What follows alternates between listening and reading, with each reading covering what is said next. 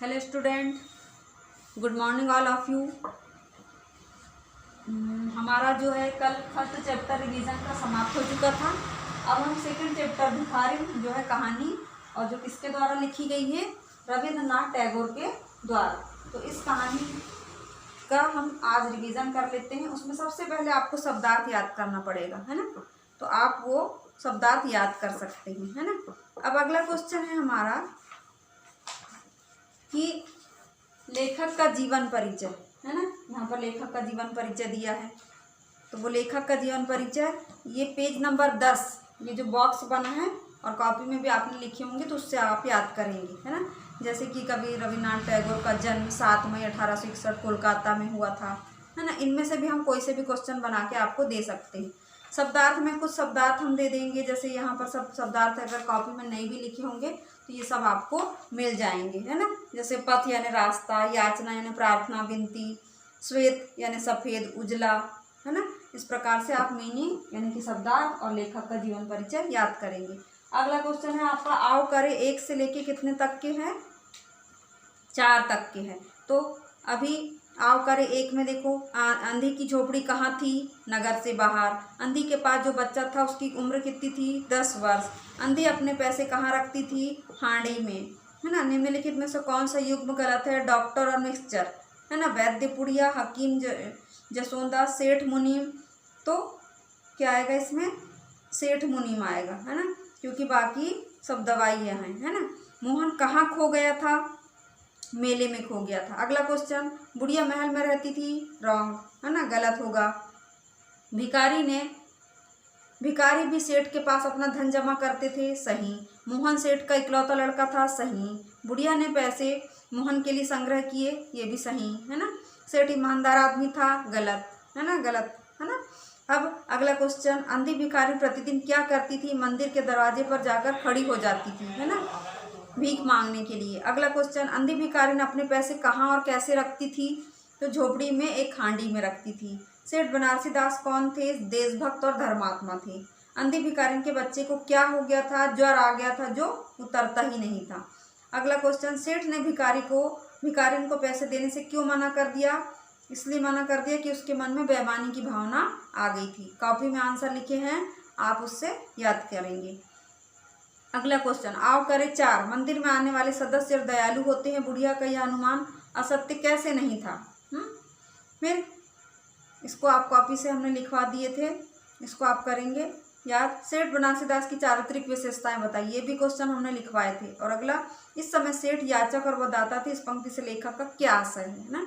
कोई ना कोई एक क्वेश्चन तो इसमें से आएगा, तो आप इसको भी अच्छे से लर्न करेंगे। अब है पर्यायवाची शब्द किसे कहते हैं, है ना। समान अर्थ वाले शब्द क्या कहलाते हैं, पर्यायवाची शब्द कहलाते हैं। विलोम यानी उल्टे शब्द क्या कहलाते हैं, विलोम शब्द कहलाते हैं। तो ये यहाँ पर आपका ये जो कॉलम दिया है इसमें सब लिखे हैं, इसी में से याद करेंगे आप लोग, और उसी में से हम कुछ ना कुछ शब्द जो है आपको दे देंगे। अब आओ करे 5, वो भी वही है, 5, 6, 7, इसमें भी विलोम शब्द और पर्यायवाची शब्द के बारे में बताया है, तो आप इसको भी लर्न कर लेंगे। मतलब बहुत सारे क्वेश्चन हैं लेकिन कम ही याद करना है हमको, है ना। अगर अब आप इधर ये तालिका याद करते हैं तो अपने से ये क्वेश्चन स्वाभाविक सी बात है कि बन जाएंगे। अब अगला क्वेश्चन है, पर्यायवाची विलोम हो गए, आओ करे 7 तक के भी हो गया, 5, 6, 7, है ना। फिर संज्ञा की परिभाषा, है ना, ये हमने पिछले बार 6 में भी आपको कराए थे बहुत अच्छे से, कि किसी व्यक्ति वस्तु स्थान जाति या प्राणी के नाम को संज्ञा कहते हैं। संज्ञा के कितने भेद हैं,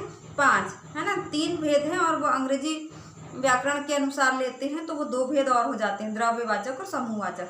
व्यक्तिवाचक संज्ञा, जिस संज्ञा से किसी विशेष व्यक्ति की व्यक्ति या स्थान का बोध हो, व्यक्ति वस्तु स्थान का बोध हो, उसे व्यक्तिवाचक संज्ञा। राम, कुर्सी, ये सब, है ना। जातिवाचक में जिस संज्ञा शब्द से एक ही जाति की सभी वस्तुएं, स्थानों और प्राणी का बोध होता है उसे जातिवाचक संज्ञा कहते हैं। भाववाचक संज्ञा, जिस संज्ञा शब्द से किसी व्यक्ति वस्तु स्थान के गुण, दोष अथवा दशा आदि का बोध होता है उसे भाववाचक संज्ञा कहते हैं। अगला, द्रव्यवाचक संज्ञा, सोना, चांदी, तेल, ये सब है। जिस संज्ञा शब्द से किसी द्रव्य पदार्थ का बोध होता है उसे द्रव्यवाचक संज्ञा कहते हैं। उसके बाद समूहवाचक संज्ञा, सभा, मंडल, संघ, है ना। जिस संज्ञा शब्द से किसी एक ही जाति के व्यक्तियों अथवा वस्तुओं के समूह, झुंड या समुदाय का बोध होता है उसे समूहवाचक संज्ञा भी कहते हैं, है ना। तो ये हो गया। अब उसके बाद आपका है आओ करे 8 और आओ करे 9 और 10 और 11, है ना। 8 से लेके 11 तक के क्वेश्चन भी आपको करना है।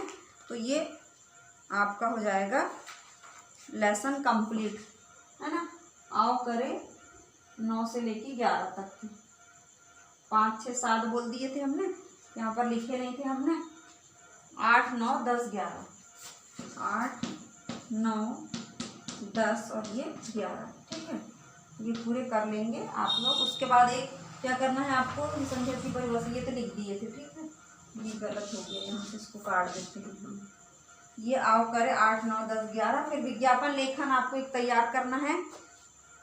या तो आप विज्ञापन लेखन भी कर सकते हैं, एक बना सकते हैं, या फिर इसके बारे में कि विज्ञापन लेखन क्या होता है, उसकी आवश्यकता और महत्व बताइए, है ना। और ध्यान देने योग्य बातें कौन कौन सी होती है, ये इसमें से एक क्वेश्चन आपका रहेगा 5 नंबर का, ठीक है।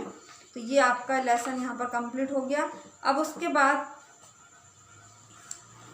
मेरी बारी में आ जाइए। मेरी बारी, ये भिखारिन की मेरी बारी 1 2 3, है ना, 4 5 6 और 7 छोड़ दीजिएगा आप लोग। ये लिख दिए हमने मेरी बारी 1 से लेके 6 तक के, और 7वां क्वेश्चन आपको छोड़ना है क्योंकि वो इसी में आ जाएगा विज्ञापन लेखन के अनुसार, है ना। और 8वां क्वेश्चन आपको तैयार करना है। 8वां क्वेश्चन में गद्यांश है, गद्यांश में से आपको क्वेश्चन बनाना है। तो बच्चों ये पूरा रिवीजन आप आज कर लेंगे, और जब ये हो जाएगा तो दोनों पार्ट फिर से रिवाइज करेंगे ताकि आपका जो पेपर है बहुत अच्छे से बने। बेस्ट ऑफ लक बच्चों। अब हम सैटरडे को 12 बजे के बाद तक के क्वेश्चन पेपर आपको दे देंगे, 12 बजे के अंदर ही दे देंगे। आपके पास 2 दिन रहेंगे, पूरा सैटरडे, पूरा संडे, है ना, दोनों दिन रहेंगे।